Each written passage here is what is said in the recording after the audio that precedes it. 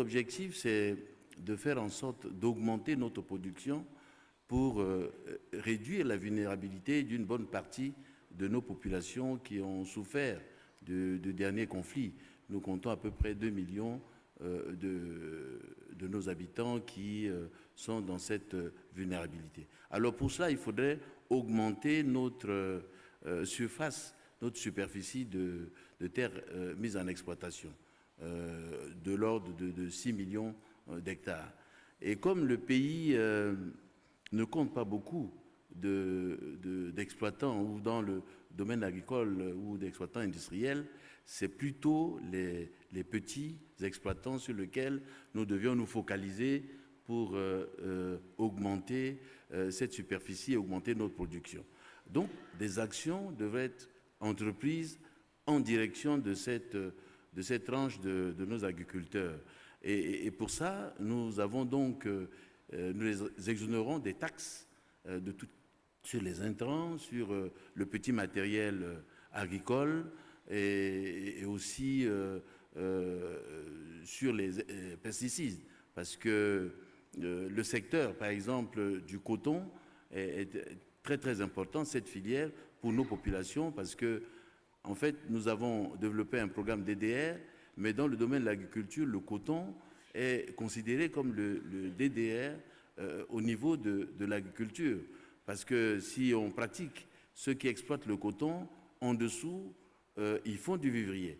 Alors, une bonne production dans le domaine du coton va permettre également justement d'augmenter la production vivrière. Alors, dans ce sens, nous avons, le gouvernement a préconisé donc la gratuité de financement ou des gratuités pour les engrais ou les pesticides dans le domaine, pour les petits exploitants dans le domaine du coton. Et il y a également aussi nos pratiques traditionnelles qui ne donnent pas de bons rendements. Et il nous faut donc un encadrement de nos petits exploitants par la formation et aussi des jeunes que nous mettons dans des formations, par exemple la jeunesse pionnière nationale, qui forme des jeunes exploitants en leur donnant des connaissances pour leur permettre justement d'améliorer leur pratique. Et évidemment aussi, le gouvernement s'est doté de tracteurs pour permettre à ces petits exploitants d'augmenter, d'ouvrir de nouvelles parcelles en augmentant leurs parcelles d'exploitation, permettant de... Alors autant de ces actions-là permettent aujourd'hui de mettre ces petits exploitants en situation d'améliorer leur production. Et alors sur le foncier aussi, le gouvernement a pris des dispositions pour permettre d'avoir un texte, de nouveaux textes, pour que ces petits exploitants puissent disposer des parcelles à eux-mêmes sur lesquelles toute la famille peut vraiment fonder leur richesse. Et bien entendu, exploiter ces ressources, ils ont besoin des moyens. Alors, nous avons mis en place un dispositif avec les banques de la place pour qu'il y ait des fonds de garantie pour leur permettre justement d'acquérir des moyens pour financer ou se mettre en coopérative avec les autres. Et donc, en coopérative, c'est structuré par le gouvernement. Donc, autant de mesures qui sont en direction de ces petits exploitants. Et nous voyons que dans un avenir proche, je crois qu'ils passeront justement, ils augmenteront donc leurs parcelles que nous estimons dans quelques années à 6 millions d'hectares mis en exploitation. Thank you very much, Your Excellency. Merci beaucoup, Votre Excellence, de nous rappeler que la valeur doit être ajoutée au potentiel et vous le faites à travers des subventions foncières et des services de vulgarisation pour la jeunesse, y compris la mécanisation et l'exploitation accrue des terres et des rabattements fiscaux. Merci beaucoup, Votre Excellence. Nous en venons à Son Excellence, M. Félix Tshisekedi, président de la République démocratique du Congo, l'un des pays les mieux dotés par la nature au monde. Ces agriculteurs vivent le rêve et son secteur agricole implique différents secteurs, le transport, le commerce, l'informatique, le secteur bancaire, le secteur privé. Alors, Excellence, votre question, quel rôle jouera votre conseil agricole pour s'assurer que tous ces secteurs contribuent à fournir l'alimentation et que votre pacte ajoute la valeur qu'attend la RDC? À vous, Excellence. Merci.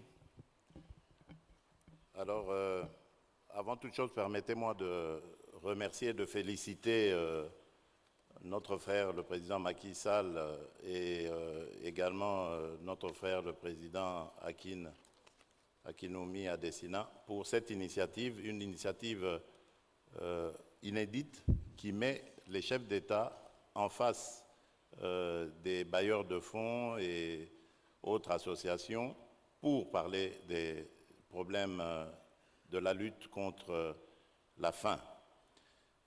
Ici, je veux dire très vite d'entrée de jeu que lorsque j'arrive au pouvoir en 2019, je choisis de diversifier notre économie en pointant deux secteurs, l'agriculture et le numérique.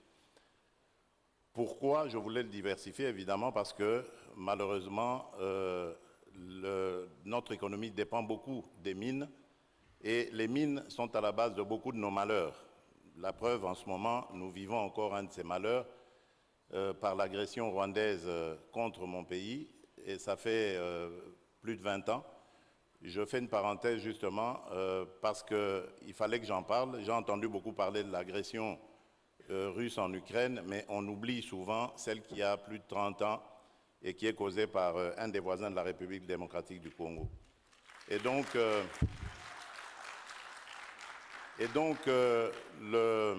pourquoi est-ce que nous faisons ce choix? Parce que moi, je l'ai titré comme ça par un slogan, la revanche du sol sur le sous-sol, pour sortir un peu de nos malheurs, parce que le sol a beaucoup de choses et peut-être même plus à offrir que le sous-sol. Et dans ce domaine, nous avons pointé plusieurs secteurs. Le secteur du manioc. Aujourd'hui, nous avons réussi à impliquer le manioc dans la fabrication du pain à hauteur de 10%. Cela nous a permis de faire des économies sur l'importation de blé, d'économies de l'ordre de 10 à 20 millions de dollars. Nous développons en ce moment des semences pour la culture du soja. Vous savez que le soja est très important pour lutter contre la malnutrition, mais également pour servir d'aliment pour le bétail. Nous faisons aussi dans la formation des moniteurs agricoles qui reçoivent un renforcement de capacité et qui, le moment venu, vont descendre sur le terrain pour encadrer les paysans. Nous avons mis un accent sur la mécanisation. Aujourd'hui, nous sommes en mesure de dire quels sont nos besoins dans ce domaine.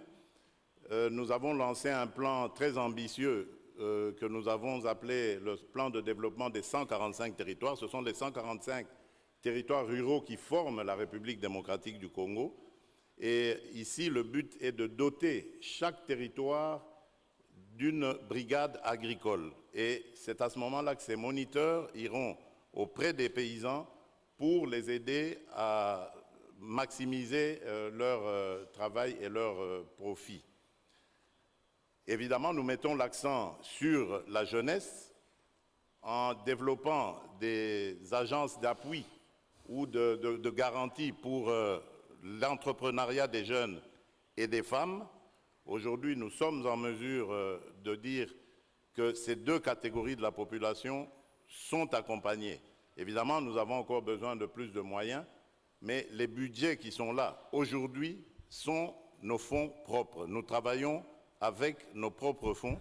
Nous avons réussi à doubler le budget, en une année, le budget du ministère de l'Agriculture. Et même le budget global du pays, là, nous l'avons quadruplé. Donc ça veut dire que nous sommes en train d'avancer petit à petit. Le Congo est en marche, il est en train de se lever, mais nous avons besoin d'accompagnement pour d'abord avoir la paix et la stabilité qui nous permettra davantage faire d'autres choses, mais également nous avons un besoin en énergie, eau, électricité, parce que vous le savez très bien, sans électricité, on ne peut pas développer des industries. Et à propos d'industrie d'ailleurs, nous avons identifié 8 sites à travers le pays où nous avons déjà développé 3 zones agro-industrielles. Donc voilà globalement ce qui est fait en République démocratique du Congo. Je vous remercie en tout cas de nous avoir permis d'en parler et de faire face à d'éventuels bailleurs de fonds qui pourraient nous accompagner dans notre aventure. Voilà, je vous remercie. Thank you very much. Merci beaucoup, Monsieur le Président Tshisekedi. Réduire l'importation du blé à travers la farine de manioc pour le pain. Vous semblez suivre la voie du docteur Adesina au Nigeria qui a accompli des exploits dans ce domaine et c'est devenu quelque chose d'important dans le pays. Et le Conseil de livraison, le Conseil de pacte de livraison agricole et alimentaire vous a permis d'élaborer un plan de développement rural pour l'agriculture et merci pour l'appui budgétaire accru à l'agriculture, en plus des zones de transformation agricole spéciale. Merci beaucoup, Excellence. Pour en venir à son Excellence Oumaro Sissoko Mbalo, président de la République de Guinée-Bissau, la majorité de l'agriculture africaine se fait par les petits exploitants qui sont confrontés à un manque d'accès systémique d'appui aux intrants. Alors, Monsieur le Président, qu'entendez-vous mettre en place pour permettre à vos petits exploitants d'avoir accès à ce dont ils ont le plus besoin pour parvenir à la fin zéro? À vous, Excellence. Muito obrigado. Antes de começar, queria dirigir. Je vous remercie. Tout d'abord, je voudrais exprimer ma gratitude au président Macky Sall et à mon cher frère, le docteur Adesina, pour l'invitation. Guinée-Bissau est un pays agricole et nous avons une politique agricole depuis l'indépendance parce que nos terres sont très fertiles et le gouvernement a toujours prépare ou en tout cas fournit des intrants agricoles à nos paysans. Nous avons également de petites unités de femmes productrices de tomates, entre autres, dans les zones rurales. Nous cultivons du riz qui pourrait nous permettre de consommer ce que nous produisons. Pour ce qui est des intrants agricoles, comme vous le savez si bien, la Guinée-Bissau est limitée du point de vue économique. Mais avec l'appui de la communauté internationale, notamment la Banque africaine de développement, cette année, nous sommes en train de concevoir des politiques agricoles plus intenses. l'une de ces politiques que j'appuie personnellement nous permettra d'ici à 2025 d'accroître nos rendements et notre productivité, en particulier pour ce qui est du riz, qui est une denrée de base en Guinée-Bissau, au même titre que le manioc et la patate douce. Nous y travaillons depuis un certain nombre d'années, 3 ans. Notamment, nous avons commencé à exporter la patate douce vers le Sénégal. Nous sommes convaincus que les politiques que nous mettons en œuvre dans le domaine agricole, avec des terres très fertiles, nécessiteront simplement un peu d'appui. Et grâce à cela, nous ferons de la Guinée-Bissau un pays essentiellement agricole. Merci. Nous allons poser la question suivante. Je ne veux pas m'écarter de cette question des petits exploitants agricoles et l'accès aux intrants, parce qu'une fois de plus, comme on l'a dit, c'est un thème récurrent et commun. Et c'est ici l'occasion pour nous de recueillir des informations sur les meilleures pratiques que vous mettez en œuvre dans vos pays respectifs. Alors, une fois de plus, je voudrais poser la même question.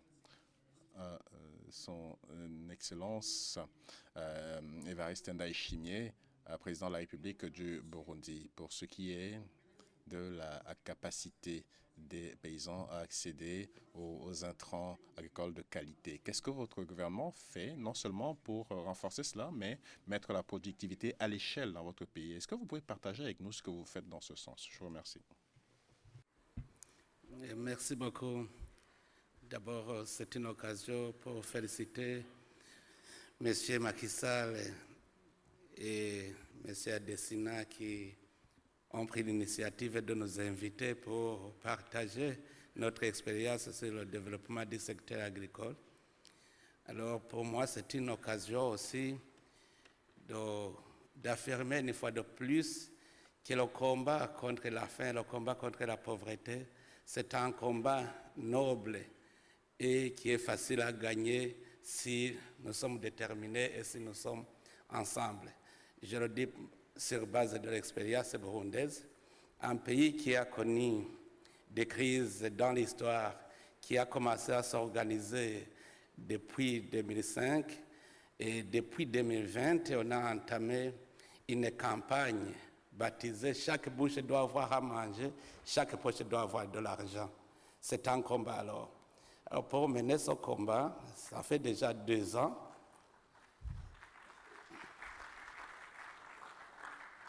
J'ai trouvé qu'il faut d'abord organiser les troupes.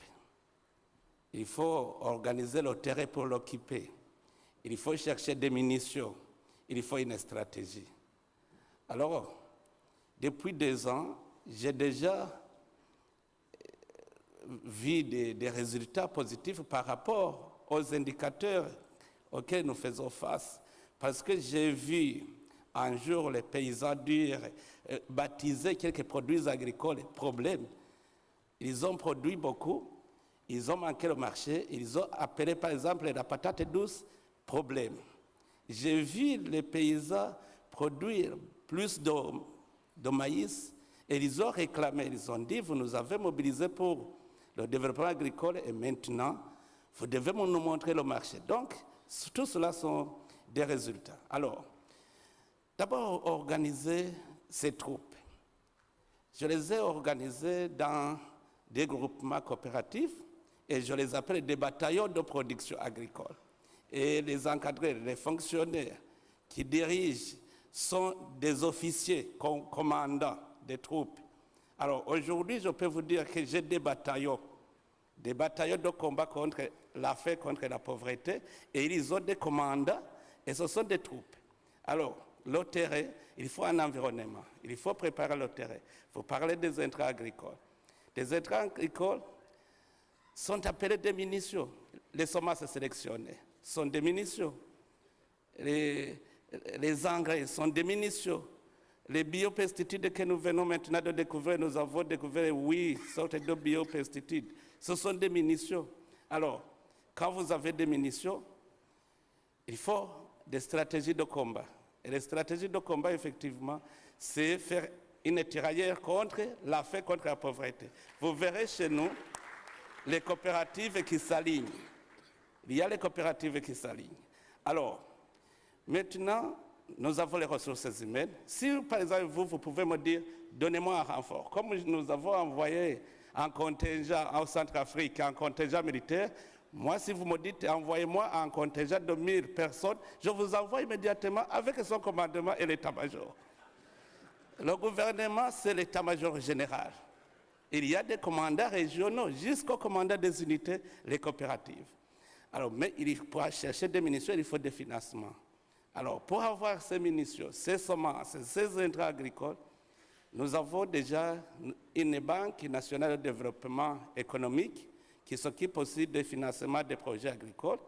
Mais aussi, nous avons trouvé que parmi cette population, il y a une population active. Ce sont les jeunes et les femmes. Alors, on a créé une banque d'investissement pour les jeunes et une banque d'investissement pour les femmes. On a mis en place un fonds d'accompagnement, de garantie et d'accompagnement pour des jeunes qui n'ont pas de caution à donner à ces banques. Non seulement cela, on a créé un programme de jeunes pour la création d'emplois de jeunes, un programme qu'on a financé à hauteur de 48 milliards. Et quand on a constaté qu'il y a des jeunes, les jeunes diplômés sont des jeunes officiers qui doivent commander les jeunes qui n'ont pas eu la chance d'étudier. Alors, il a fallu recycler cette jeunesse diplômée et on a construit un centre de perfectionnement, de recyclage de ces jeunes. Alors, tout cela contribue au financement alors, de ces projets. Mais effectivement, tout ce que nous le faisons à la limite de nos moyens. Mais je peux vous dire que les coopératives, sur chaque colline, on a financé une coopérative à hauteur de 10 millions pour pouvoir accéder à ces intrants agricoles. Et le gouvernement aussi fait la subvention de 70%. C'est-à-dire le gouvernement, dans l'achat des engrais, les agriculteurs payent 30% et le gouvernement paye 70%. Avec les 10 millions qu'on a donnés aux coopératives, avec toutes ces banques, nous voyons que maintenant, les plaintes ne sont pas sur le fait de ne pas accéder. Plutôt, est-ce que le produit est disponible? Avec la guerre en Ukraine, on a eu une carence. Et il y a eu pénurie des engrais. Et nous sommes dans ce combat pour nous approvisionner. Et là, nous faisons recours aussi à nos partenaires. Je remercie beaucoup la BAD qui a pris l'initiative de nous accompagner dans ce processus. Mais je peux vous dire que si vous hésitez, je peux vous dire qu'une fois que j'ai des partenaires fiables qui nous accompagnent, dans 5 ans, je peux vous donner rendez-vous. Vous verrez qu'au Burundi, jusqu'à aujourd'hui, si par exemple vous me posez la question, depuis quand vous avez mangé des aliments importés? Je ne me souviens plus. Les paysans burundais ne se souviennent pas. Parce que même le pain, le blé dont on parle, on produit le blé, mais on fait la pâte de blé plutôt. Même les fonctionnaires sont habitués au petit déjeuner, ils mangent réellement. Pas à dire nous mangeons le pain, plutôt on mange avec consistance, parce qu'il y a à manger. Ce qui reste maintenant, c'est comment conserver. Parce que ces agriculteurs produisent. Aujourd'hui, par exemple, avant-hier, j'ai visité la production, on est en train de récolter la pomme de terre. Le prix de pomme de terre était arrivé à $1,5 par kilo. Mais maintenant, j'ai trouvé que ça va aller jusqu'à $1,5 par kilo. C'est-à-dire, si on compare au coût de production, les agriculteurs vont perdre. Alors, que faire? Nous devons les aider alors à la transformation et à la conservation. Donc maintenant, nous faisons face à cela, parce que même quand nous produisons beaucoup, nous n'avons pas acquis cette expérience de conservation, de transformation et de commercialisation. Donc, sur la base de l'expérience burundaise, je crois que c'est possible, le combat est facile à gagner si nous sommes ensemble. C'est pour cela que notre slogan, non seulement chaque bouche doit avoir à manger, chaque poche doit avoir de l'argent, il ne faut pas manger seulement, il faut avoir le surplus pour vendre. Mais aussi, il y a l'autre slogan, ensemble, tout est possible. Donc, pour vous, je peux vous dire, ensemble, nous pouvons combattre la faim et Thank assurer you very much. des revenus. Je vous remercie. Avant, on disait que l'agriculteur, le paysan est réputé pauvre. Mais maintenant, chez nous, l'agriculteur est devenu riche. Au moment où nous disions exode rural, maintenant les jeunes commencent à rejoindre le monde rural parce que c'est là où la vie coule. En ville, il n'y a plus de vie. Donc, merci beaucoup. Merci. Je vous remercie. Mais il y a l'espoir que nous pouvons gagner cette guerre ensemble. Merci. Thank you, President. Merci, Président Laïchimier, pour ces mots. Merci d'avoir décrit votre lutte contre la faim comme étant une guerre. Vous avez utilisé un lexique militaire, mais vous avez parlé de commandants d'unités, de bataillons, de mécanisation, de politique qui soutiennent les femmes et les jeunes. Merci, Excellence. Vous nous avez donné matière à réflexion. Nous voulons encourager leurs excellences à s'en tenir au temps. Vous avez 3 minutes pour faire vos présentations. C'est vrai que il vous a fallu beaucoup de temps pour en arriver là et nous manquons de temps. C'est vrai qu'il y a également des séances présidentielles qui vous attendent dans quelques minutes. Merci en tout cas pour ces contributions. Je voudrais maintenant passer la parole à son Excellence Aziz Ahanouch, le chef de gouvernement du Royaume du Maroc. Et le Maroc a un secteur de la transformation agricole très rentable mené par des programmes de zones de transformation agricole. Je voudrais vous demander, est-ce que vous pouvez partager avec nous, nous dire ce qu'il faut pour avoir un secteur agricole rentable qui puisse donc bénéficier à d'autres pays qui sont en train de mettre en place leur propre zone spéciale de transformation agricole. À vous, Excellence. Je remercie le président Macky Sall et le président de l'ABAD pour avoir initié cet événement très important. Vous savez, il y a une politique publique importante, c'est celle de l'agriculture au Maroc, sous l'impulsion et le leadership de Sa Majesté le roi Mohamed VI. Il y a eu 2 étapes importantes dans la vie de l'agriculture ces dernières années de l'histoire de l'agriculture marocaine. D'abord le plan Maroc vert qui s'est terminé en 2020, pour lequel en fait on a contractualisé des accords avec les associations, avec les fédérations. Nous avons géré des programmes d'investissement et pour lequel il y a 13 milliards de dollars à peu près qui ont été investis pendant 10 ans, avec un financement que nous avons pu obtenir chez les institutionnels autour de 4 milliards de dollars à peu près.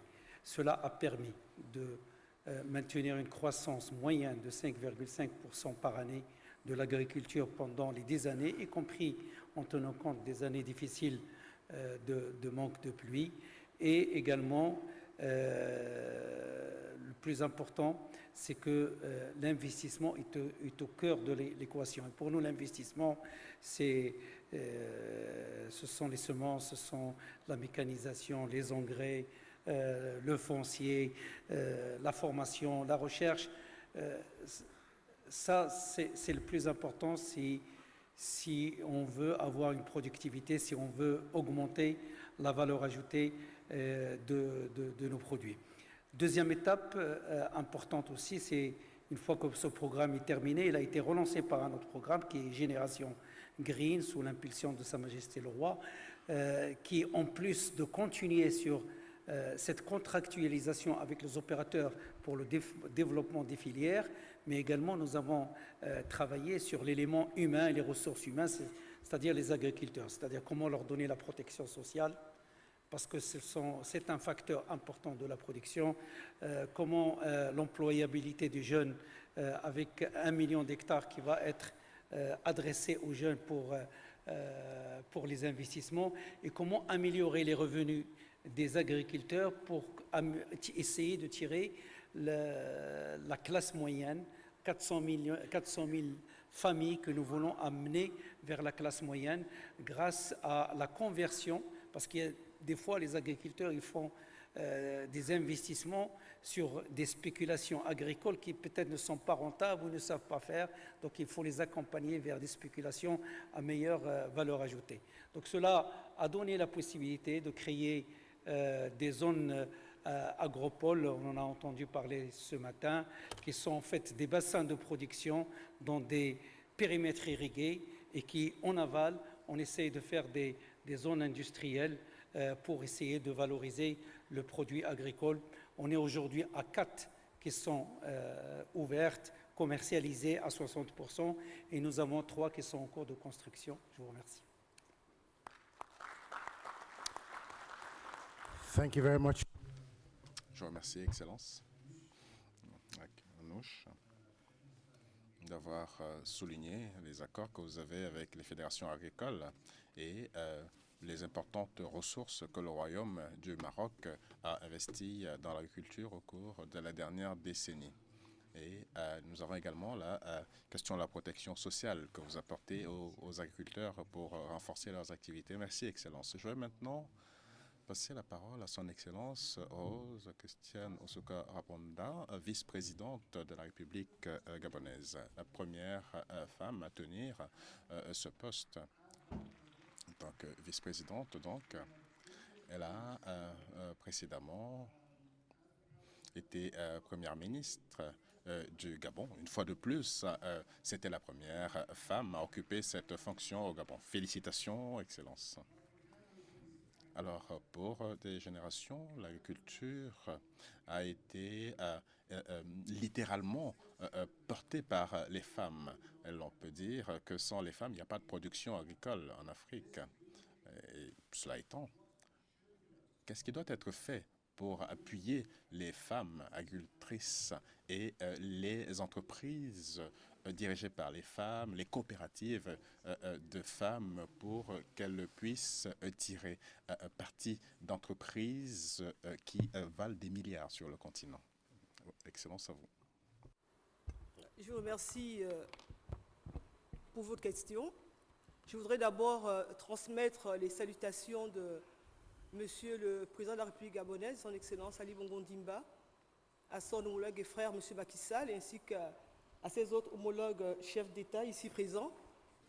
Recevez également les salutations Monsieur le Président de la BAD, de Monsieur le Président de la République gabonaise, qui m'a demandé de représenter à ce sommet, qui nous permet d'échanger sur les questions relatives à l'agriculture. Pour répondre plus spécifiquement à votre question, il faudrait la contextualiser dans une logique globale, parce que c'est vrai que la femme a toujours joué un rôle très important, notamment dans le domaine agricole. Ça, elle le fait toujours aujourd'hui. Mais vous savez que si je prends l'exemple de mon pays, le Gabon a une biodiversité exceptionnelle.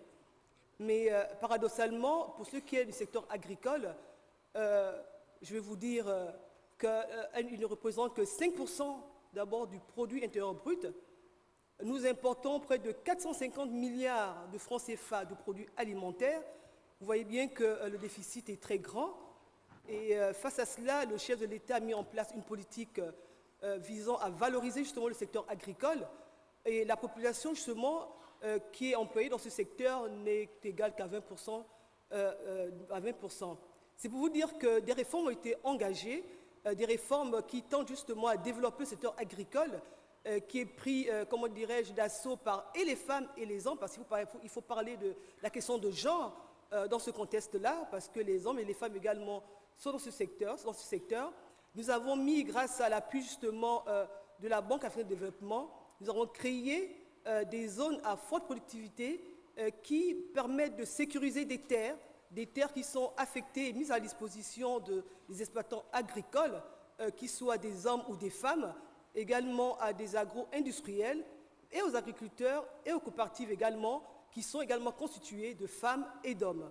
C'est pour vous dire que, mais face justement à cette situation qui permettra au Gabon justement de renverser la tendance en termes de participation et de contribution au produit intérieur brut et même également en termes de ressources financières si à long terme nous puissions justement exporter des produits qui pourraient être produits non seulement, valorisés en les transformant sur place.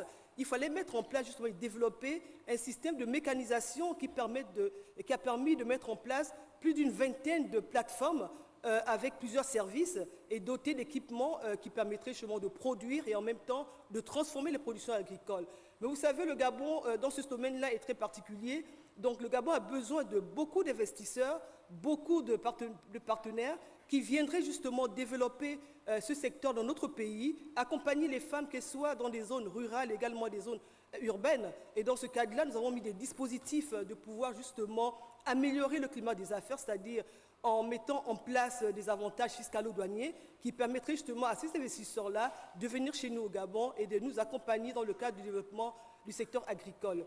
Mais pour avancer justement dans ce secteur et pour faire participer les femmes au développement du secteur agricole, il est important que ces femmes soient formées, que leurs capacités soient quadruplées et que le système d'entrepreneuriat justement pour leur apprendre des techniques agricoles, des techniques nouvelles, parce qu'il faut dire qu'à l'époque, vous disiez bien dans le préambule de votre question, le début de votre question, que c'était des femmes à l'époque, c'était des techniques rudimentaires. Aujourd'hui, nos pays aspirent à l'émergence, donc il faut utiliser des techniques modernes pour accompagner ces femmes-là, afin qu'elles puissent développer justement les terres qui leur sont dédiées, parce que nous avons également un programme d'affectation des terres pour sécuriser les terres cultivables et arables justement qui sont mis à disposition de ces catégories de compatriotes qui œuvrent dans ce secteur-là. Donc il est important de former leurs capacités en matière agricole, leur donner des outils, de les appuyer également.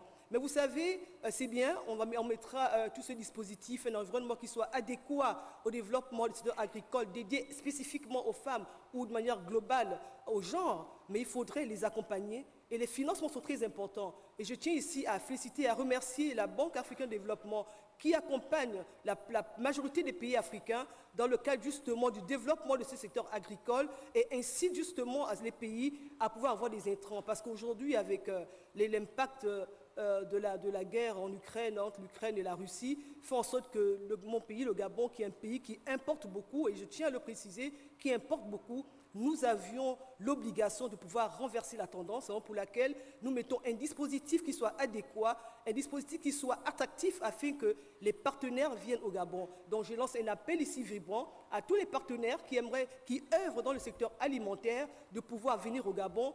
Et dans ce secteur alimentaire également, le fait que nous importions près de 450 milliards de francs CFA de produits alimentaires, nous avons mis en place une loi d'orientation qui fait en sorte que pour accéder au marché national, 50% justement des produits locaux doivent être pris en compte par les entreprises qui œuvrent dans le secteur alimentaire. Tout ceci pour faire en sorte que la contribution à long terme justement du secteur agricole dans le produit intérieur brut puisse passer de 5% à 20% et que la tendance justement des importations qui est près de 450 milliards de francs CFA, et bien qu'on puisse diviser ce montant d'importation à près de 50%. Et c'est là l'objectif qui est fixé par le chef de l'État, Ali Bongo Ondimba. Je vous remercie.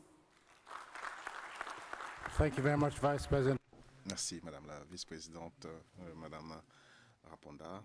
Il y a donc beaucoup qui se fait au Gabon. Félicitations, toutes les réformes, les zones de forte productivité, les formations et autres incitations pour les jeunes et les femmes, la mécanisation pour les femmes et les jeunes dans l'agriculture. Alors maintenant, on va se tourner vers son Excellence à midi, Premier ministre de l'Union des Comores. Et l'on va parler de l'inflation des denrées alimentaires. C'est un problème important, pas simplement sur le continent africain, mais aussi à l'échelle mondiale. C'est une cause importante de pauvreté, bien entendu, en Afrique. Qu'est-ce qui peut être fait pour inverser cette tendance, Excellence? Merci, Monsieur le modérateur. Excellence, Monsieur le Président, honorables panélistes, je crois que le temps me permettra. Je voudrais joindre ma voix à celles qui m'ont précédé pour rendre hommage effectivement au président Macky Sall et au directeur de la banque, les organisateurs également, et puis le peuple du Sénégal pour l'accueil que nous bénéficions. Alors, à la question qui nous a été posée, je n'oserais pas dire que la solution est unique et simple. Donc, puisque l'inflation, effectivement, est liée à plusieurs facteurs.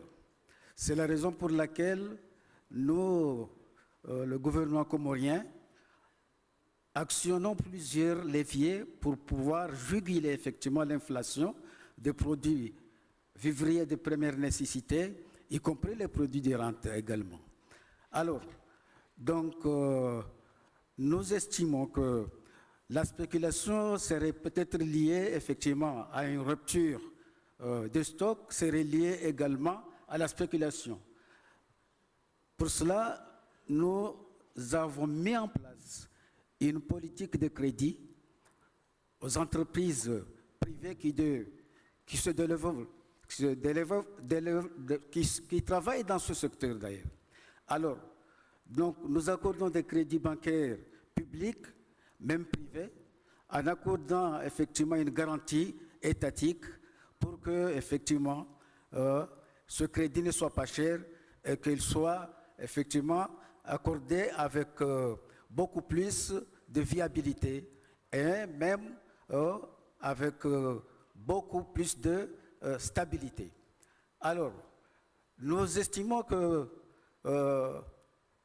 il fallait absolument travailler sans relâche dans ce domaine, et c'est ce que nous faisons pour pouvoir effectivement augmenter la production agricole vivrière, des produits de première nécessité d'abord, et les produits de rente qui ont une forte valeur économique pour pouvoir effectivement aider le paysan à pouvoir effectivement augmenter leurs revenus. Alors, mais là encore, nous avons estimé qu'il est très, très important de mettre en place une politique PPP, donc partenariat privé-public, pour pouvoir effectivement intéresser tout le monde et surtout ceux qui ont la crédibilité d'être auprès des banques et leur accorder en fait des crédits. Alors, donc nous estimons qu'il fallait aussi regarder sur la productivité. Et là, je crois que les techniciens qui sont ici comprennent le fond de ces termes et aussi leur portée sur la nutritionnalité, effectivement, des produits de première nécessité par rapport à la santé publique et par rapport à la croissance des enfants. Alors, mais nous ne sommes pas restés là, puisque avec un partenariat avec les partenaires au développement, nous avons mis en place un concours d'affaires pour intéresser les jeunes à se mettre dans cette politique de développement du secteur rural, et je crois que ça marche. Et donc, et d'ailleurs, par exemple, cette année, le dernier trimestre, nous avons pu mobiliser plus de 30 millions d'euros dans ce secteur, et là, nous sommes en train de réfléchir pour un deuxième coup. Je pense que j'ai tout dit. Merci, Monsieur le Président. Thank you very much, Your Excellency. Merci infiniment, Excellence. Un des plans se focalise au PPP, mais également des plans d'affaires invitant les jeunes à préparer des politiques pour un développement rural. Félicitations, Excellence. Nous allons écouter notre dernière présentation de son Excellence Festus Massefa, ministre du Plan de l'Éthiopie. Comme le dit l'adage, le futur ne vient pas au hasard, il doit être créé. Vous avez fait une percée dans la production du blé, notamment les 4 dernières années. Plus de dépendance aux importations. Vous êtes passé à la suffisance de production. Alors, quelles leçons tirer de l'expérience éthiopienne? Merci infiniment. Bonsoir à tous. Permettez-moi de vous transmettre les salutations de mon Premier ministre Abiy Ahmed Ali, à son Excellence le Président Macky Sall et au Président de la Banque Adeshina. Je félicite les organisateurs que vous êtes pour ce sommet important, pour une question importante pour les populations africaines. Oui, en effet, nous avons préparé une vision de souveraineté alimentaire. La souveraineté alimentaire est plus grande que la sécurité alimentaire. Nous parlons donc de chaque ménage. Il est possible de transformer, de traduire ce concept dans chaque ménage. Et nous parlons réellement de souveraineté alimentaire. Et l'Éthiopie a investi dans l'agriculture depuis déjà longtemps. Et les 4 dernières années, nous avons réalisé une forte transformation, comme vous l'avez indiqué. Toutefois, le secteur fait face à plusieurs défis.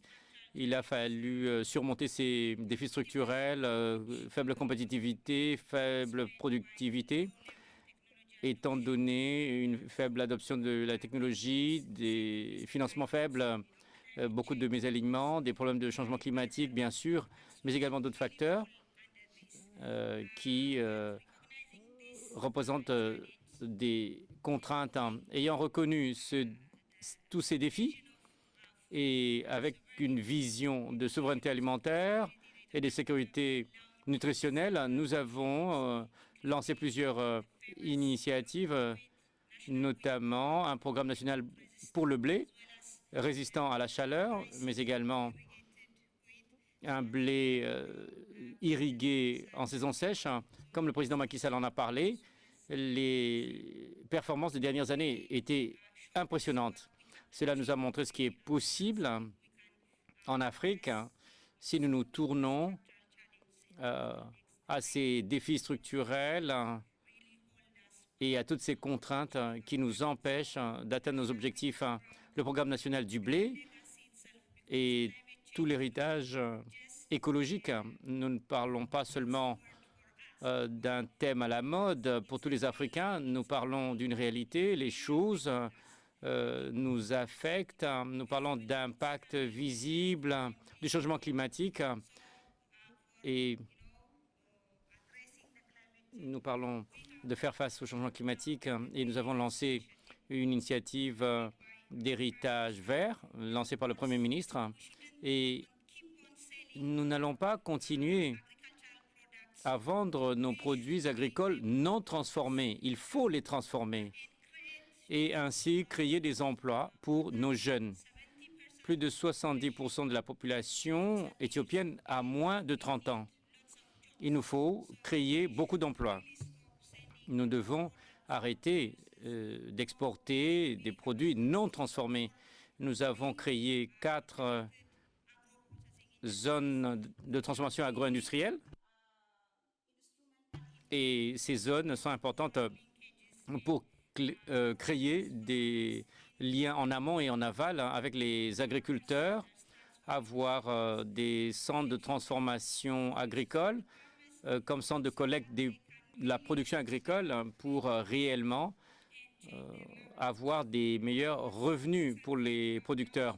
Récemment, nous avons lancé Yelema Trufat pour assurer la sécurité alimentaire. Nous parlons de la volaille, nous parlons de la production laitière, de la production apicole et nous parlons d'une agriculture pour plus de protéines pour nos familles, pour nos citoyens. Nous voulons de bonnes interventions en termes de politique, de financement. L'agriculture n'a jamais été suffisamment financée en Éthiopie ou ailleurs. Le budget agricole a plus que doublé les 4 dernières années. Encore une fois, nous avons une stratégie d'inclusion financière et nous avons adopté une directive de financement réel des paysans en utilisant leurs actifs, leurs chèvres, leur bétail, leur culture. Ceci était important pour nous pour surmonter le problème financier. Le financement, le crédit bail, qui est un bon financement pour changer les vies de nos populations. Nous avons des dons également pour différentes régions pour financer des petits projets d'irrigation pour changer la vie des populations. La mécanisation, nous parlons de plus de 600 équipements, des tracteurs, des machines qui permettent la production laitière et nous les importons sans droit de taxe. Ceci était une bonne intervention en termes de politique. Ensuite, la gestion foncière. On dit à chaque fois que les terres africaines sont fragmentées. Mon Premier ministre à chaque fois nous dit que la terre est fragmentée dans l'esprit. Lorsque vous allez sur le terrain, les terres ne sont pas fragmentées. Ce que nous avons remarqué dans les terrains de production de blé, nous voyons plusieurs agriculteurs qui se regroupent dans des programmes de regroupement foncier pour produire les mêmes denrées. Pour le blé, nous avons pu faire plus grâce à cette nouvelle initiative de regroupement des terres. Et cela nous a permis d'arriver à des meilleures technologies, à de la mécanisation, à des intrants agricoles. Et ces intrants nous ont permis de mieux produire grâce à ce regroupement des terres. Ensuite, les lois sur des contrats agricoles, la certification foncière, et nous nous sommes assurés que les femmes et les hommes puissent tous avoir le droit d'utiliser la terre. Et dans chaque certificat, dans chaque ménage, vous avez la mère et le père, les conjoints qui ont des droits à titre égal. Ensuite, des petites subventions, la logistique. Avec le soutien de la Banque africaine de développement, nous avons pu réaliser beaucoup en termes de construction de routes et bien sûr les parcs agro-industriels et la Banque africaine de développement jouent un rôle important et nous sommes reconnaissants et on a pu avancer avec les infrastructures. Ensuite, le secteur privé. Sans le secteur privé, on ne peut pas faire beaucoup. On serait limité. Et pour nous, nous parlons de l'appui du secteur privé et nous voulons commercialiser l'agriculture et nous avons beaucoup de paquets d'incitation, des guichets uniques, des garanties d'investissement et d'autres mesures de soutien aux investissements. J'aimerais finir en mentionnant certaines réalisations. Je voudrais vous donner des chiffres. Nous parlons de 25 millions de quintaux de blé à travers l'irrigation. On ne parle pas de plantation en saison de pluie. Nous parlons de terres qui n'étaient pas utilisées en attendant la prochaine saison de pluie. Et à travers l'irrigation et des investissements, nous avons pu produire 25 millions de quintaux de blé. Et aujourd'hui, Dr Adesina, vous devriez être très fiers de ces chiffres. En ce moment, 1 million d'hectares de terre se trouvent irrigués pendant la saison sèche et après 90 jours, nous pouvons déjà avoir des récoltes. C'est une grande réalisation. Nous espérons faire de l'exportation du blé bientôt. Nous avons pu planter des millions d'arbres, y compris des arbres fruitiers. Nous ne parlons pas seulement de planter des arbres, mais également de sécurité alimentaire à travers cet héritage vert et avec des stratégies d'atténuation et d'adaptation aux défis climatiques. En fin de compte, exportation agricole. Les 4 dernières années, nous avons pu ajouter 1 milliard de dollars aux exportations des matières premières dans le secteur agricole. C'est une grande réalisation. Merci infiniment. Your Excellency. Merci, Excellence Festus Sefa. Merci pour votre passion que nous voyons pour l'agriculture, pour les paysans également, et pour faire la distinction entre la souveraineté alimentaire et la sécurité alimentaire. À ce stade, toute bonne chose arrive à son terme. Cette table ronde présidentielle va arriver à son terme. On me signale qu'on doit clôturer et j'ai quelques annonces à faire avant que nos chefs d'État puissent quitter la salle. Juste après ce panel présidentiel, nous allons avoir le président de l'Alliance pour une révolution verte en Afrique, l'ancien Premier ministre Dessalegnes, Tony Yang, qui est entrepreneur social, un jeune homme qui apporte une différence ici au Sénégal. Il est arrivé en 2014, il n'a pas regardé derrière lui depuis. Il a un impact important dans le secteur agricole. Ensuite, Nades Bekele Thomas, PDG du nouveau partenariat pour le développement de l'Afrique, le NEPAD.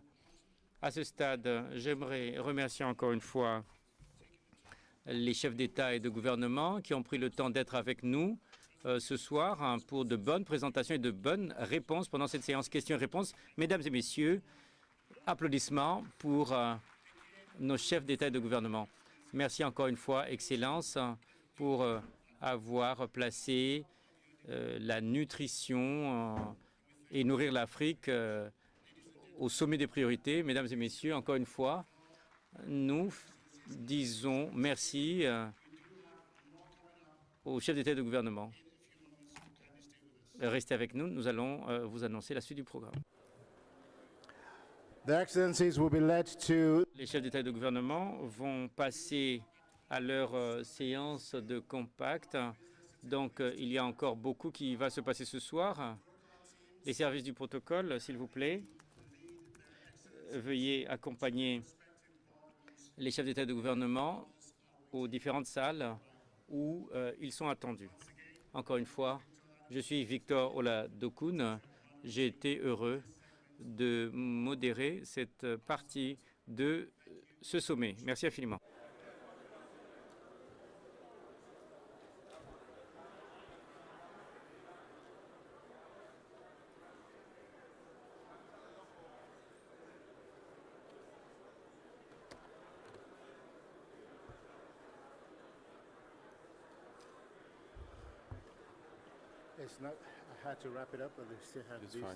Allô?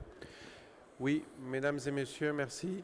Si vous avez trouvé des téléphones portables, merci de les remettre à la sécurité. Il y a des participants qui ont égaré leur téléphone portable. Merci. Two portable phones that have been lost. If somebody has found them, to give them to security. Yeah, I know. I made the announcement earlier. But the SG want it in French. We will say it tomorrow morning. Actually. Anyways. Man, I am so I'm washed. out of it. Go get some rest. But maybe the president will have you all. But he has the dinner tonight, so you're all safe. No, that's him. Hmm? That's him. No, that's him, but maybe he'll want to see all of you after. I'm just getting back into town right now. Anyways. Do you think the rest of the program is going to continue at this rate? No, tomorrow it should be better. We should be able to. Let's try and see if we can squeeze them in tomorrow. Let's see if tomorrow we can start on time. First of all, let's see if we can start on time.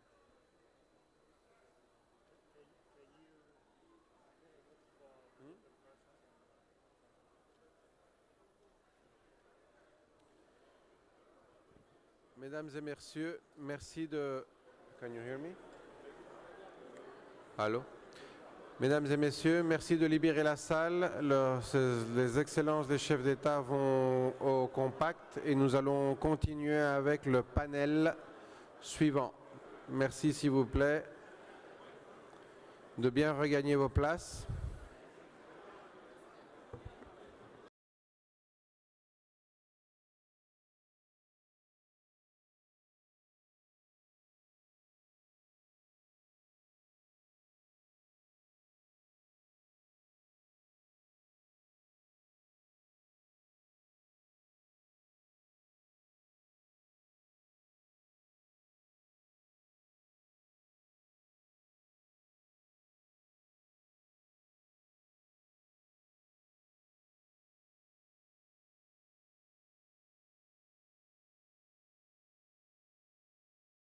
Dunford.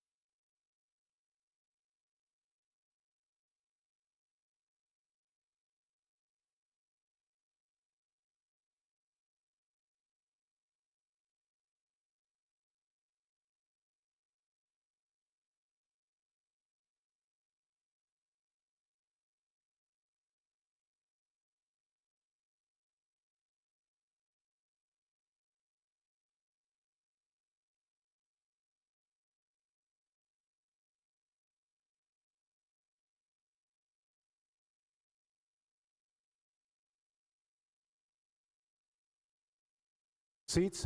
We will proceed with the conclusion of this session, as well as continue with the fertilizer panel discussion, which is a very important one coming up. So if you could kindly take your seats, we will proceed in the next 60 seconds. Kindly take your seats, please. I'm going to ask the moderator of the next session to be on standby to come on the stage. Mr. Moderator.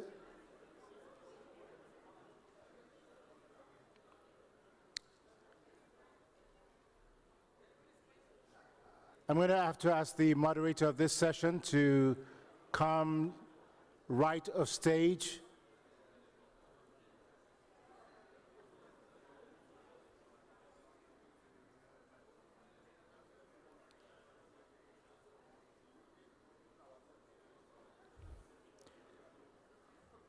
Ladies and gentlemen, please be seated. We'd like to continue with the program. Thank you.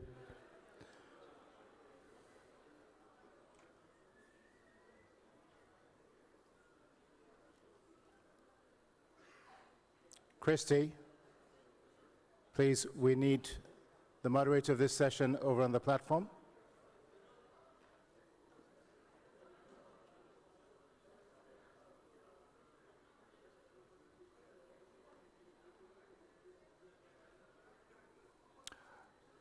Please be seated.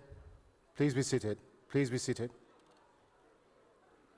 At this point, I'd like to call on His Excellency Hailemariam Desalegn, the Chair of the Board of the Alliance for a Green Revolution in Africa. Ladies and gentlemen, could you hold on a second, please? Excuse me, please. Excuse me, could you please sit down, please? Or if you do need to leave the room, we would appreciate that. Thank you very much.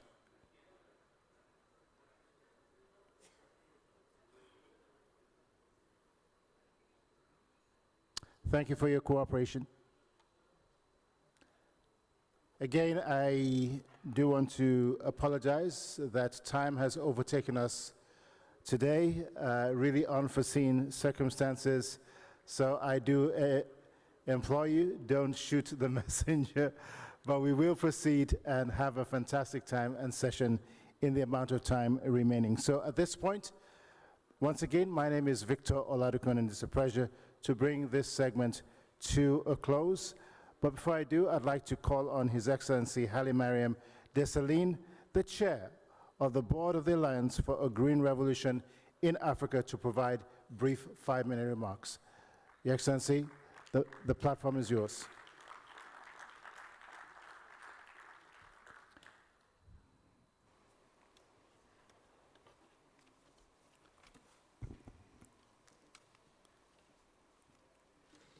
Your Excellencies, heads of state and government, honorable ministers, distinguished delegates, ladies and gentlemen.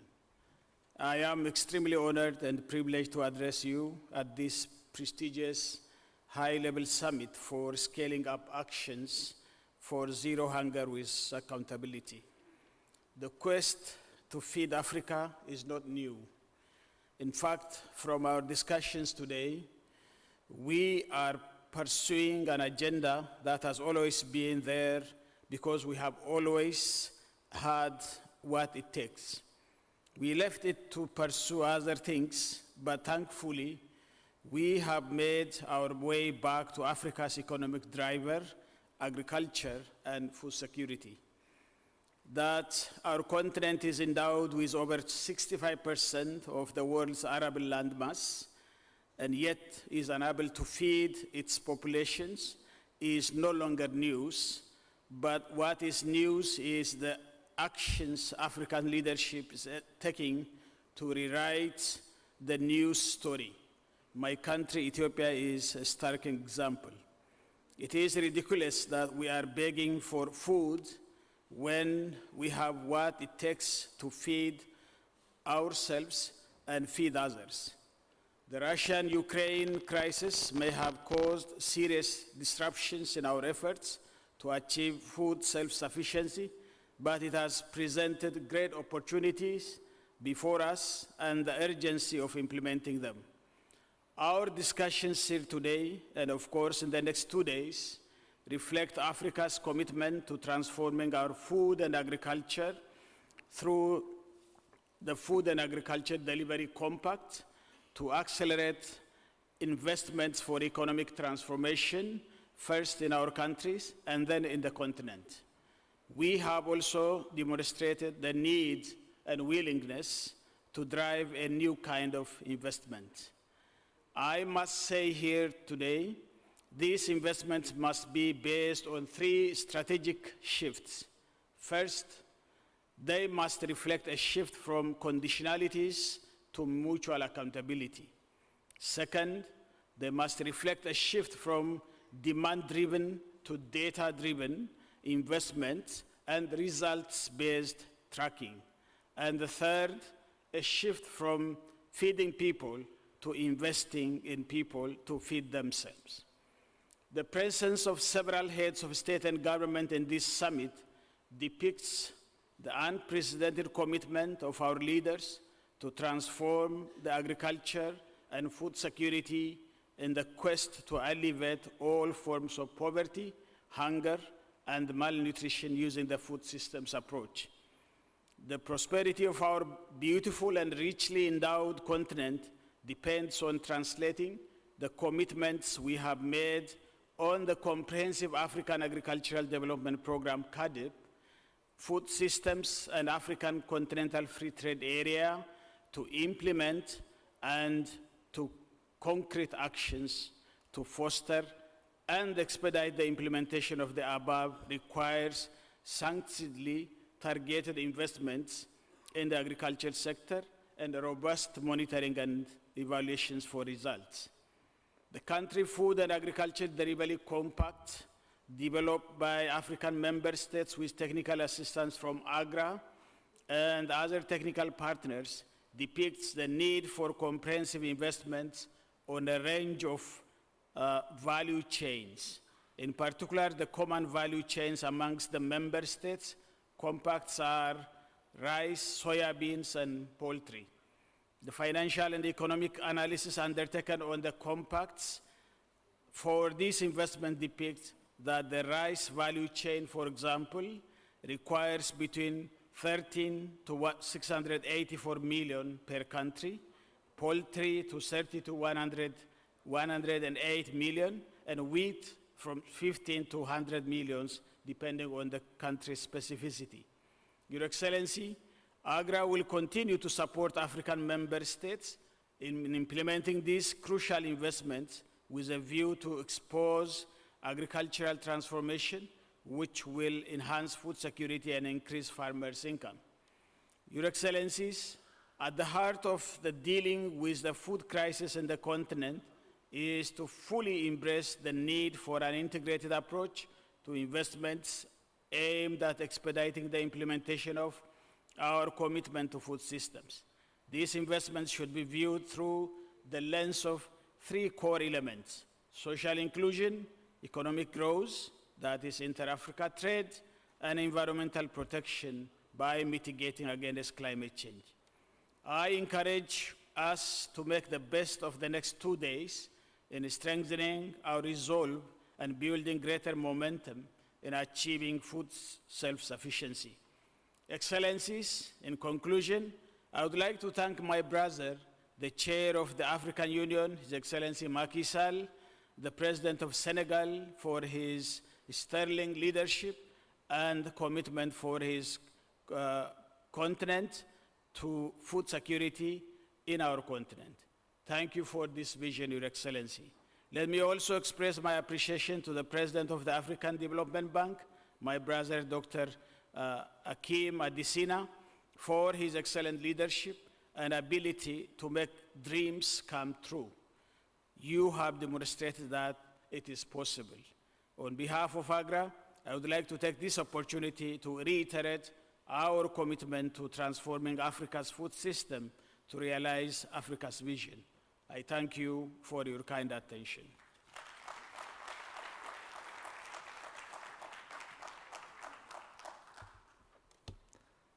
Thank you very much, Your Excellency Hailemariam Desalegn, the Chair of the Board of the Alliance for a Green Revolution in Africa. AGRA, thank you for the work that your institution continues to do in supporting and revolutionizing Africa's food systems. Thank you very much for your presentation. Greatly appreciated.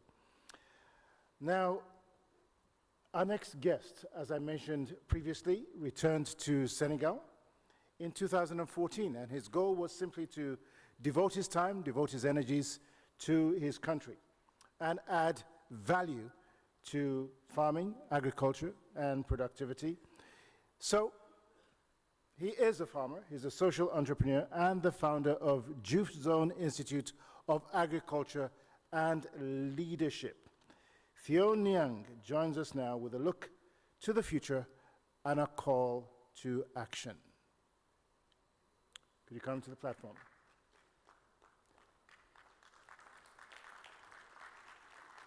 As the youngest representative so far to speak on this platform, I think he deserves a much, much louder round of applause from you. Thank you so much. Thank you. I just speak here or thank you so much.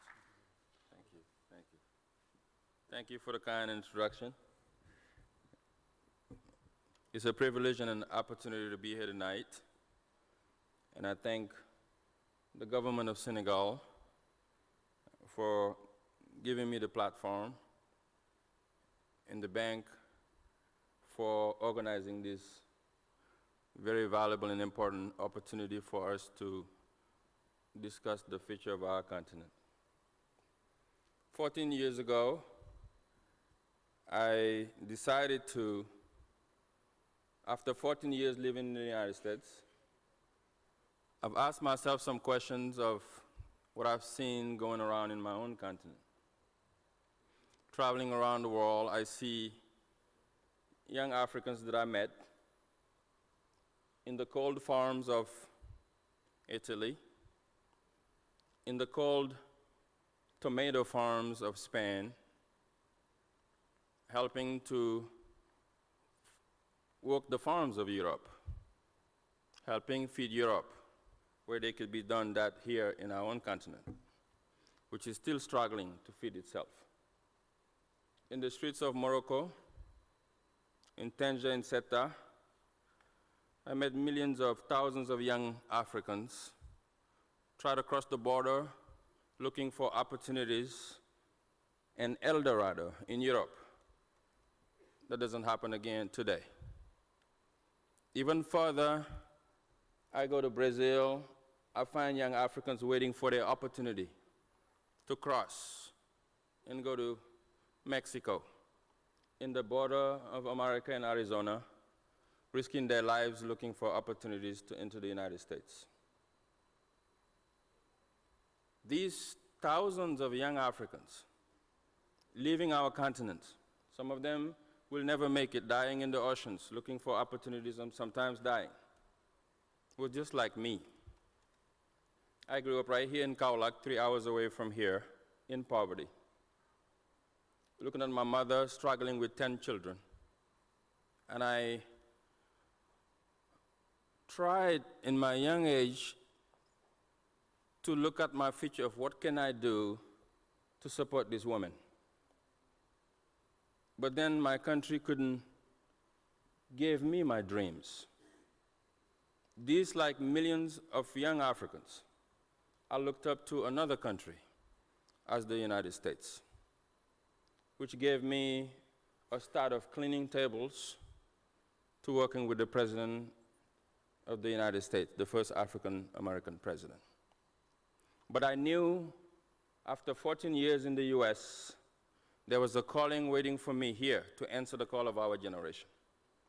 Because I refuse, as many Africans as you, as many of our presidents here working to make this happen, that we are not a poor country, that we are the richest continent in the world, with the most natural resources in the world, the most edible land in the world, 365 days of sun.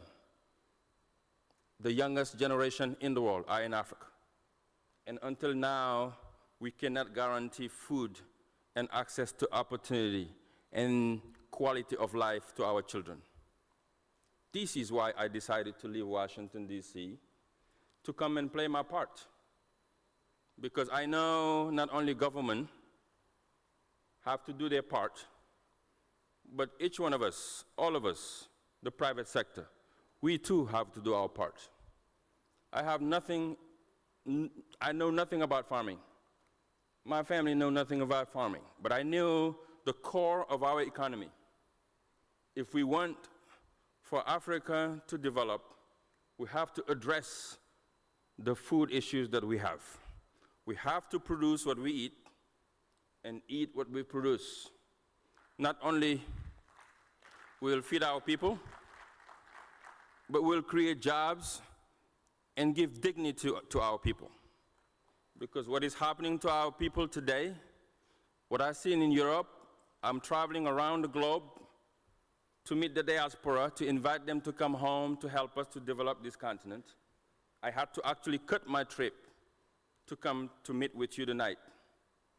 I thank the Minister of Agriculture, Mr. Aly Ngouille Ndiaye, for inviting me for that. And what I'm talking to the diaspora, to come home and support and participate. Our governments also have a role to play because it's going to take government and private sector.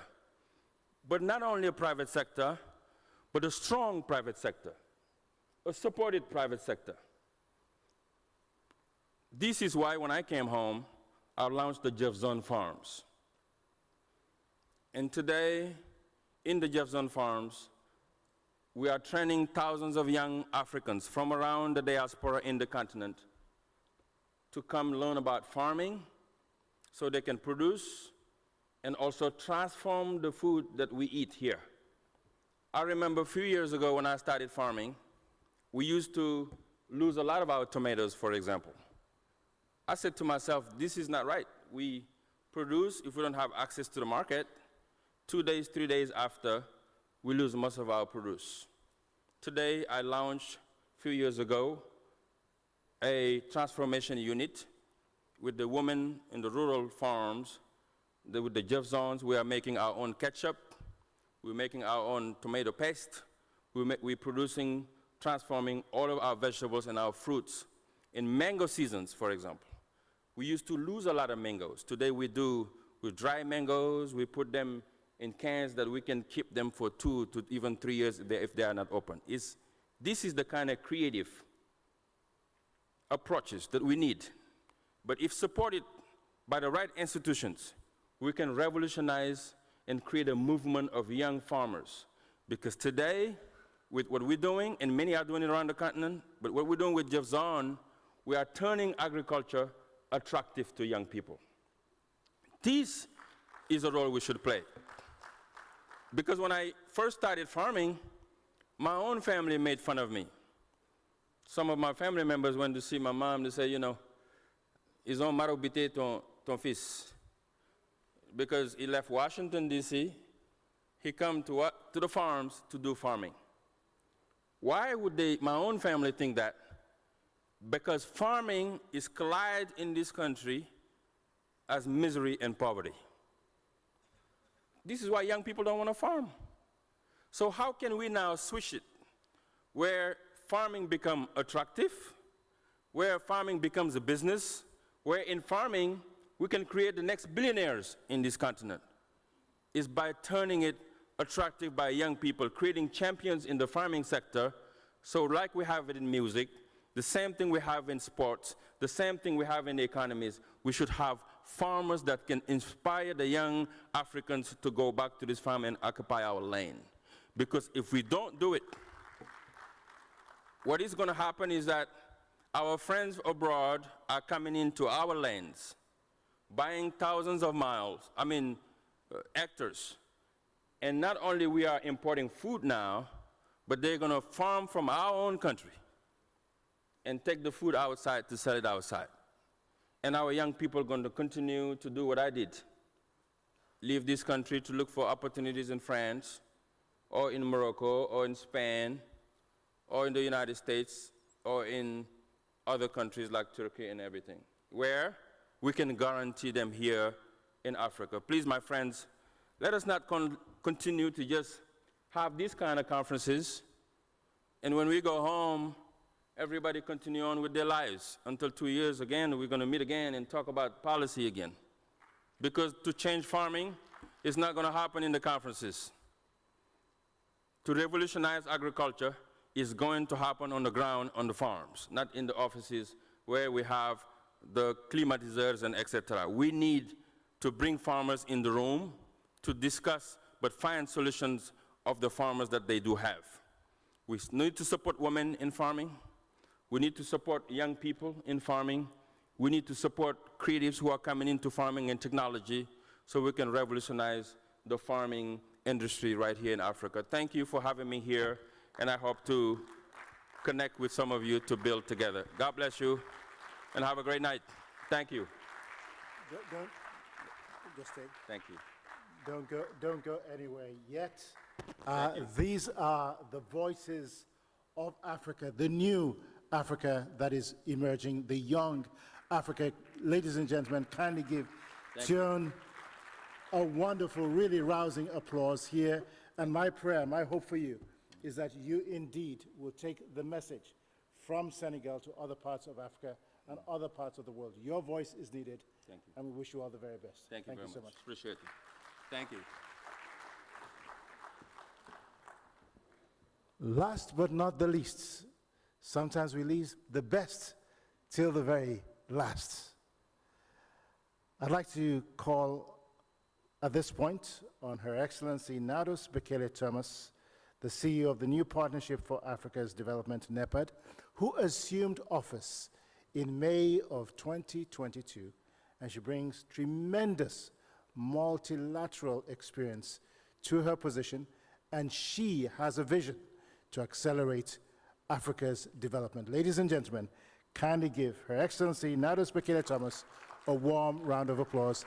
The platform is yours.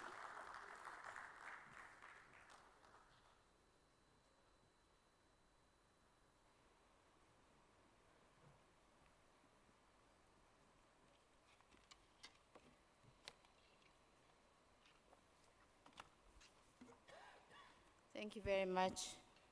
Good evening. I see that, the room is slowly getting to be empty. People are tired. But good evening, and thank you for being here with us late at this hour.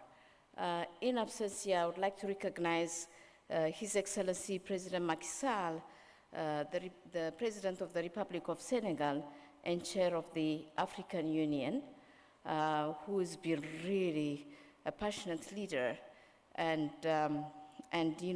his dedication and truly his leadership of the African Union is unparalleled, I should say. I would also like to recognize the Prime Minister, the former Prime Minister of Ethiopia, my own brother who is here, who is passionate about agriculture. He's devoted his life into environmental conservation, but also on agriculture development. And thank you very much for being here and for all your leadership. I would like to extend in absentia also my appreciation to His Excellency President Akumi Adesina of the African Development Bank, who gave this passionate speech and very inspiring message this morning, and all the heads of government, and I shouldn't forget my boss, His Excellency Musa Faki Mahamat, Chairperson of the African Union Commission, and all the young ones who are there, respected farmers, development partners. I've seen some of the captains of business and foundations. All of you, good evening. I think for me to take this floor, I take it with great honor and gratitude. I should admit that the conversations this morning and this afternoon have been for me enriching and encouraging. Thank you to all presidents and all the ministers for your open, candid, and frank appreciation of the situation and your resolve to do better and to do it differently.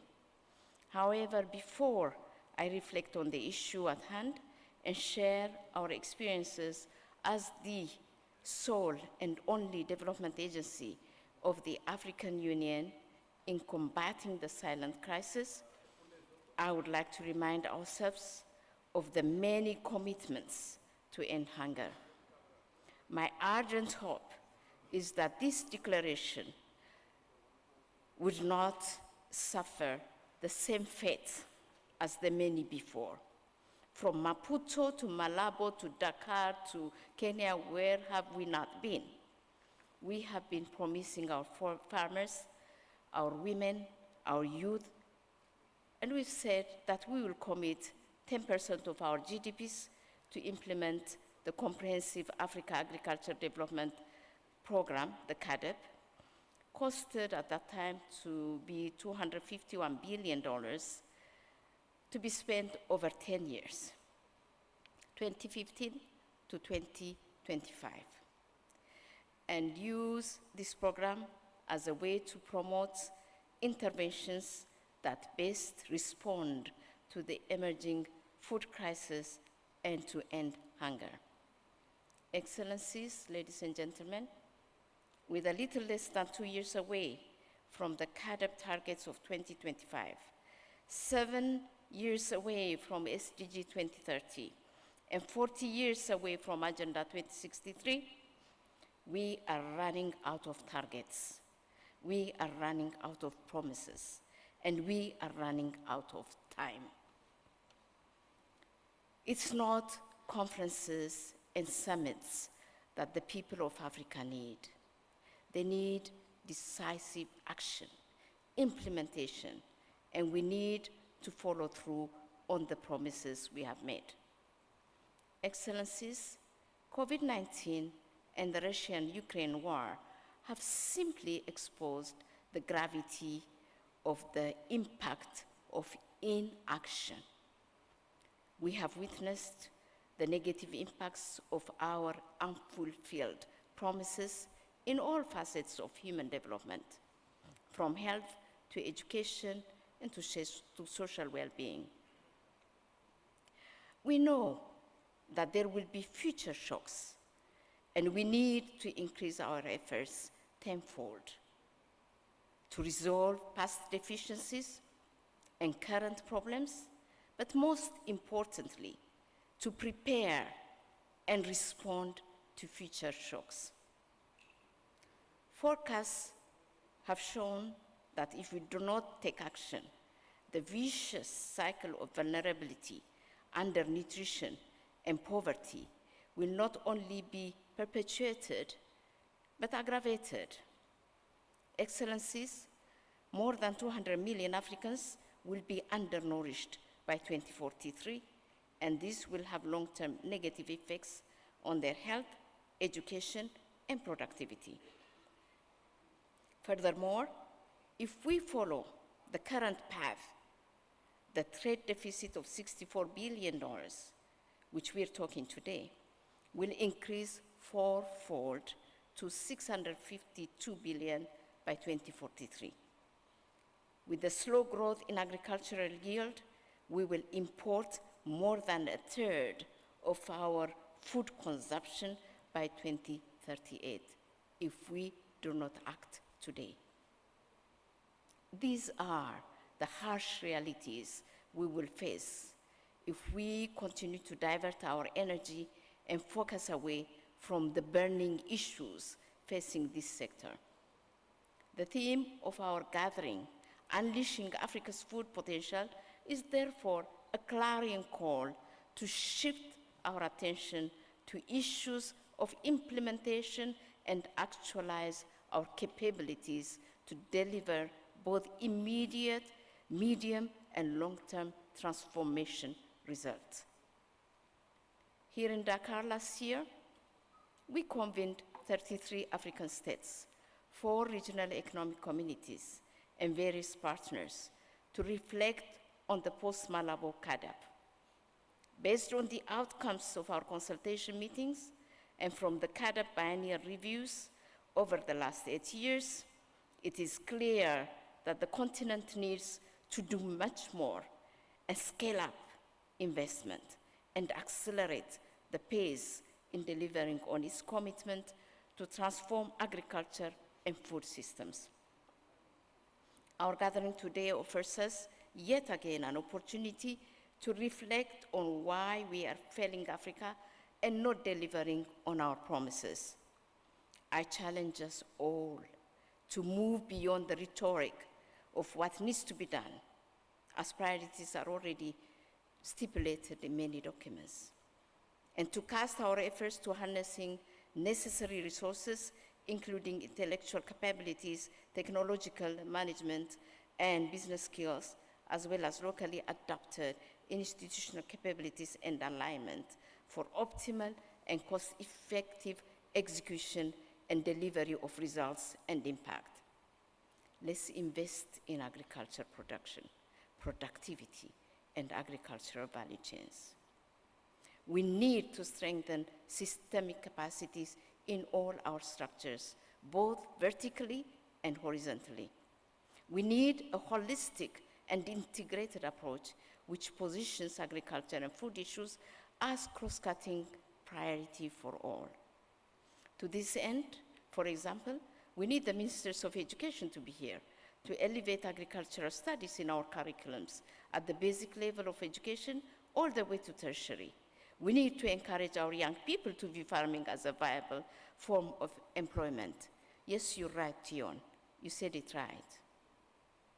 Similarly, we need ministers of finance to be part of the agriculture and food systems discussions.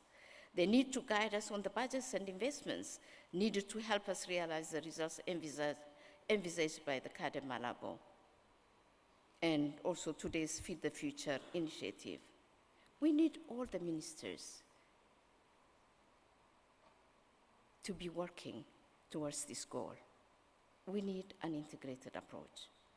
Your Excellencies, as our NEPAD, and as articulated by my brilliant brother, the ADB President, our experiences have shown us that it is possible, and Ethiopia has shown us that it is possible to change the development trajectory of Africa and charter a different course for our food systems. But we need to implement the instruments and frameworks which already exist, even if we need to review and revise them. Multiplicity of instruments and frameworks will not resolve the problem. Beyond the government, ladies and gentlemen, and development partners, we need to develop and strengthen partnership with the private sector, as they are the drivers of economy. And we all understand that agriculture and food systems are the backbones of the economy, which they drive. Under Grow Africa, the African Union Development Agency, NEPAD, has supported 12 countries, Benin, Burkina Faso, Cote d'Ivoire, Ethiopia, Ghana, Kenya, Malawi, Nigeria, Mozambique, Rwanda, Senegal, and Tanzania, to accelerate the private sector investment in agriculture and food security and deliver the commitments set by the heads of state. But this is not enough. We need to strengthen the backward and forward linkages and the supply and value chains in countries under the framework of the national investment plans of the CAADP and across countries within the framework of the African Free Trade Area. Additionally, through the Energize Africa initiative, which we launched in 2022, just last year, we will empower and mobilize the youth to feed Africa, to venture in farming and make money, to multiply Tion 100 million times. Tion, we are going to clone you. Excellencies, I am convinced this summit is part of the necessary efforts to galvanize desired political will and action, and our NEPAD stands ready to support member states hand in hand with all the other partners, AGRA, ADB, and others, many others, leveraging on existing efforts systems and capacities. J'aimerais terminer mon intervention en remerciant très sincèrement le président de la République du Sénégal, son Excellence Président Macky Sall, pour l'accueil très chaleureux au Sénégal. Mes remerciements vont également au président de la Banque africaine de développement, son Excellence M. Adesina. J'aimerais aussi exprimer ma profonde gratitude et reconnaissance au président Fakiye Mahamat pour ses efforts inlassables pour le développement de l'Afrique. Et je n'oublierai pas de remercier les chefs d'État et présidents de l'Afrique ainsi que l'ensemble des participants ici présents pour vos engagements et l'appui soutenu au développement du secteur de l'agriculture et le développement en Afrique. Yes, Africa should feed itself.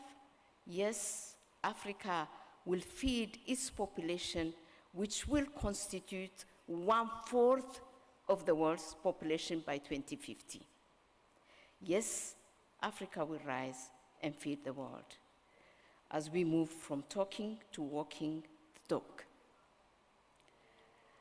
I would like to conclude by inviting all the heads of states that are here and governments, our investors and partners to the forthcoming Dakar Infrastructure Financing Summit, and I do this on my own behalf as the CEO of the AUD and EPAD, but also on behalf of the President of the Republic of Senegal, who is the chair of the AU and the chairperson of the EU Commission.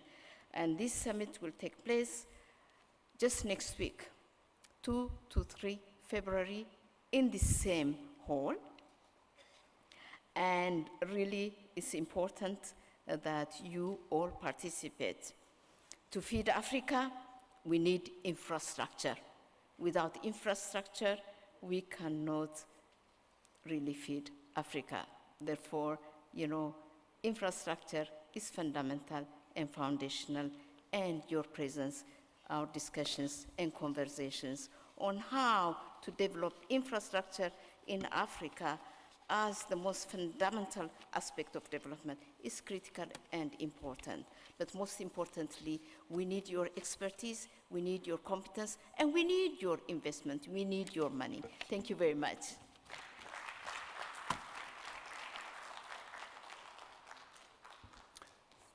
Thank you very much, Your Excellency Nados Bekele Thomas, the CEO of NEPAD, for your charge and for your comments.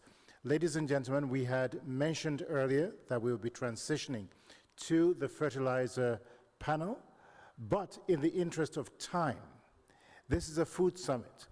And I know that many of you have not had dinner tonight, as well as several guests who would like to be here are not. So we are going to adjourn the fertilizer panel to tomorrow, and you'll receive further information on that in the updated program. Once again, I want to thank you for your patience. I want to thank you for your participation, and I wish you a wonderful evening, safe trip back to Dakar or to other environs. See you tomorrow, and for now, bon appétit, good night. Maintenant en français, merci beaucoup pour être resté si longtemps. Vous rappelez que tous les participants sont reçus par la République du Sénégal à l'hôtel King Fahd à Abidjan pour une réception ce soir. Vous pouvez vous rendre directement. Le Sénégal offre à Dakar au King Fahd, l'hôtel King Fahd, une réception en l'honneur de tous les participants. Merci beaucoup et à demain.